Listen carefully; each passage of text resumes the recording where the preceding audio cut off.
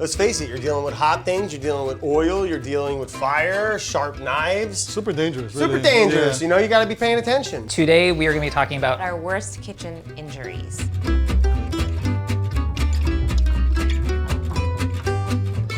there's like nothing but getting injured in a kitchen. Arms, battle wounds. I am very, very clumsy. You invent ways of hurting yourself. You can tell what kind of cook a person is how many burns or cuts they have. I healed up quick, all mine went away.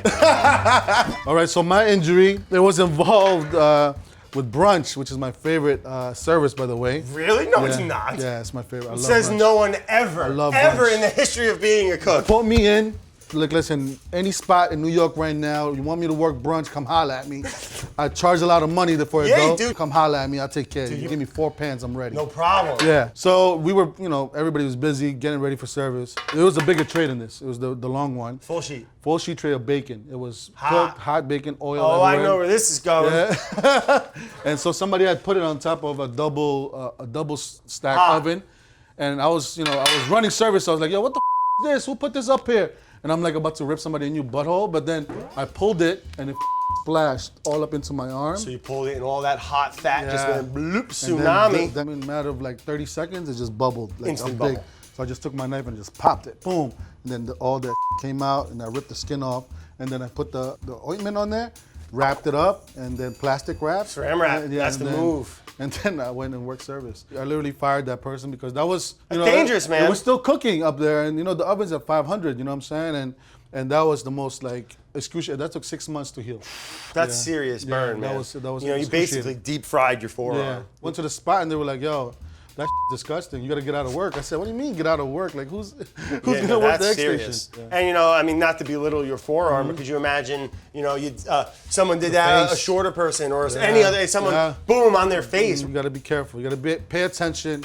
And you also, stop grabbing stuff without a towel. That's kind of the key right there too. And you got to be aware of the other people in your kitchen. Say behind, say corner, say hot, say cold too, Nitrogen is a cold burn. Safety first. Table 6 can wait. My injury story is about a mandolin cut. I was on the salad station, Chris. I think it was a Friday or Saturday night service, and I was hammered. And I just had the tickets all lined up, and it's just the machine's going, and you're just doing this. You got your things going, and I nicked it. And this one was we've nicked our fingers on mandolins, but this one was a scorcher. I mean, meaning it just wouldn't stop. I put that spray on where you try to get the blood to stop going. Yeah. You wrap it, you put a Band-Aid, and I put one of these onto the finger condoms, which is also really sexy. Yeah. And then I continue to work because when you're in the weeds and you're in that mindset, you're just trying to continue. Yeah. And what I noticed as I was continuing to work was that the finger condom was just getting more and more filled with blood. Yeah. So it was just puffing up, and it was an open kitchen. So as the servers would take a dish, they were just kind of oh my God, is she really doing this? Because they're obviously seeing what's happening. And then before I knew it, the finger condom exploded. And I knew that because there was blood on the tickets, and there was blood on my station, and the saute cook just stopped everything and actually pointed to me and said, "Stop. Yeah. Get off the line, reset." And Yeah. and honestly, I should have done that way before. Right. But when you're just You're just trying to crazy, keep going. you don't think about it. It's bad enough when you're, just when you hurt yourself in your home kitchen. But when you are in an environment in which you are making food for other people who are paying for that food, Right. it's a whole different situation, because it's hard to even explain you getting pulled off your station meant that somebody else had to go and cover you, and then which diminished the overall efficiency. Efficiency, of you're the already kitchen. behind, and honestly, that's the whole thing. You don't think like that in that logical way where you're safety first. All of that stuff, you're just how do I push these plates out? How do I clear the board? Right. Moral of the story, take a beat. Noted. Yeah. The thing I always say about mandolins Yeah. is don't get greedy. I mean, which is hard in a restaurant because you're chef will come by and be like, "The Yeah. Don't take it to the very end. Like leave that zucchini. Leave that cucumber. 80% yield at best. Just let it go. That'll be a little Scooby snack for me, you know? It's not a very long story, but I'll tell you, I did stage for a while at Dynia in the pastry kitchen, where I was just a peon. And one time I was taking something out of the oven and I just hit my face like this somehow. Oh, with the hot thing? So I just had a big slash burn, which it wasn't bad at all. It was just so embarrassing. So clumsy. I mean, I was already like the lowest on the totem pole, and then I was and it's like, oh, she's not. she can't touch anything in no here. butter. Yeah. She can't touch the butter. I had a scar on my face for a while. It was very embarrassing to tell people why. I think if you're gonna be cooking as much as we cook, you're gonna burn yourself. There's just really no way around it. Yeah, it's just inevitable. But you get used to it. I have now talked myself into not feeling, like you can talk yourself out of pain.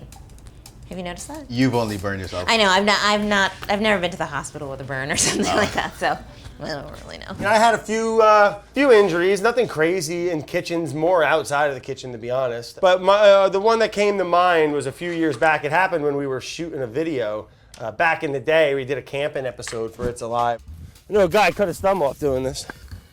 Not to go jinxing myself. I got a little boo-boo. And I was cutting potatoes, you know, over a bowl, little potato. We were making breakfast, right? I was just on autopilot, going. Someone was talking about something, you know, Vinny was yapping about something and telling me something about bow hunting. And I chipped up and I just moved. And it was, I mean, I was cutting 1/4-inch potatoes and it's brand new mandolin. Oh, dude, it was just all of a sudden there was a 1/4-inch coin to Brad's fingertip in the potato. No. Blood everywhere. You could see like layers of like fat, and I mean it was gone. It kind of grew back, you know, like a I don't know, like a lizard or something. Like your fingertips they come back, you know. But those are the worst ones. Took a bit of nail. It was literally a 1/4-inch chip. Yeah, those are burning. And might even been a little bigger than 1/4-inch. It was heavy. I tell you what, I'm pretty good with injuries and stuff like that. But you know, we were shooting, and I got a little lightheaded from it. Did you MacGyver it? Dude, we wrapped it up with newspaper and electrical tape, and the show went on, baby. In 2 hours, we wrapped up that video. And I mean, I had like this freaking, you know, this big plug thing on my hand. How long did it take to heal? Oh, weeks. Yeah, dog. It was a gnarly one. You know it's bad when you can see like fat. Oh, God. Yeah, the moral of the story there is, you know, even if it's something you've done a million times and you're on autopilot, slow down, man. Think about what you're doing, especially something with a mandolin. Don't get too comfortable. Number one rule with a mandolin is what? Open. That's right. And I was like this. But that's even worse too, though. That's worse though too if you get one of those slice ones. It's a brand new one. I'd have been shave the whole head. Woo! Next topic. So my story involved one of these guys. Do you remember the old-fashioned Cuisinart blades where they were serrated? So I was cooking just like by myself at home in Brooklyn at the time, and I was cooking barefoot. Ugh. And managed to knock the food processor blade off of the counter, and it wasn't like spinning wildly, it wasn't like twisting in midair, you know, it was not like some kind of like, you know, sort of cut-in shot from like outtake from like Wanted. It just like boop, and it fell perfectly right on the top of my foot and opened up a wide gash because of the serration and gravity, it just penetrated.